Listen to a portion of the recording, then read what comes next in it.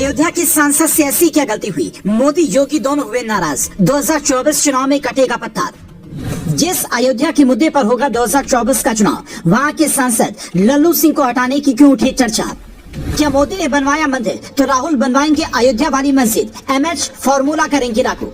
देश का हर बच्चा ये जानता है कि 2024 का चुनाव अयोध्या के मुद्दे पर होने वाला है। बीजेपी भगवान राम के वनवास को खत्म करने के मुद्दे को खूब भुनाने वाली है। मोदी 22 जनवरी को राम मंदिर का उद्घाटन करेंगे, लेकिन चुनावी माहौल उससे पहले ही बनने लगा है। पर यह रिपोर्ट हर किसी को हैरान कर रही है कि अयोध्या के मौजूदा सांसद लल्लू सिंह का पत्ता इस बार कटने वाला है। आमतौर पर सांसद का पत्ता तभी कटता है जब क्षेत्र में उनके प्रति नाराजगी हो, विकासकारी नहीं हुए हो। पर अयोध्या में ऐसा कुछ भी नहीं है। फिर मौजूदा सांसद का पत्ता काटने की बात क्यों हो रही है, ये समझना बेहद जरूरी है। लेकिन ये बताएं, उससे पहले सुनिए, क्या मोदी ने मंदिर बनवाया तो राहुल गांधी मस्जिद बनवाएंगे? ये अयोध्या की धनीपुर गांव की प्रस्तावित मस्जिद है, जिसके लिए अब तक जरूरी चंदा नहीं जुट पाया है। ऐसे में कई लोग ये पूछ रहे हैं कि मुस्लिम वोट बैंक को इकट्ठा करने के लिए कांग्रेस इसके लिए गुप्त दान दे सकती है। विपक्षी पार्टियां इसे अलग तरीके से प्रचारित करती है ताकि मुस्लिम वोट बैंक एकजुट होकर उन्हें मिले और 2024 चुनाव में खेला हो जाए।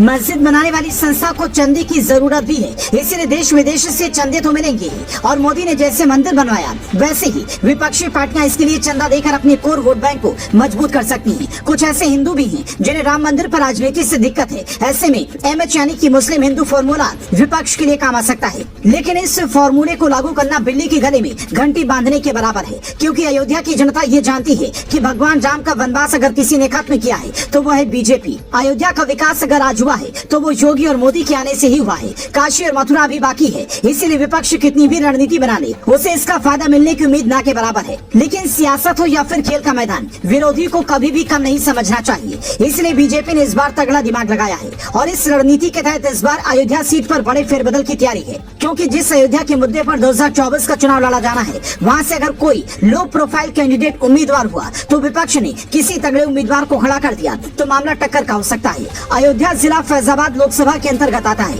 जहां पर 1957 में पहली बार चुनाव हुआ। 7 बार कांग्रेस, 4 बार बीजेपी, 4 बार सपा और एक बार बसपा, भाजपा और लोकदल जीती। 1990 में जब राम मंदिर आंदोलन चरम पर था, पहली बार भाजपा यहाँ पर जीती। विनय कटियार सांसद बने। उसके बाद 1996, 1998 में कटियार जीते, लेकिन 1998 में फिर हुए चुनाव में सपा ने उन्हें हरा दिया। इसके बाद 2004 में बसपा और 2009 में कांग्रेस जीती। मोदी लहर में ये सीट दोनों बार बीजेपी को मिली। 2014-2019 दोनों चुनाव में लल्लू सिंह ने जीत हासिल की, लेकिन दिक्कत की बात यह है कि 2022 के विधानसभा चुनाव में अयोध्या जिले में आने वाली 5 विधानसभा सीटों में से 3 पर ही बीजेपी जीत पाई और 2 सीटें सपा के खाते में चली गई। मतलब 2024 के चुनाव में सपा का गणित बीजेपी की टेंशन बढ़ा सकता है। इसीलिए अभी से एक हाई प्रोफाइल नेता की तलाश हो सकती है। अब ये हाई प्रोफाइल नेता खुद मोदी होंगे या फिर उनका कोई मंत्री होगा, ये कहना मुश्किल है। वैसे जयशंकर भी मंदिर घूम रहे हैं और उनके लिए बीजेपी को एक सीट चाहिए, तो इस बात की संभावना है कि उन्हें यहाँ से उम्मीदवार बना दिया जाए। इसका फायदा ये होगा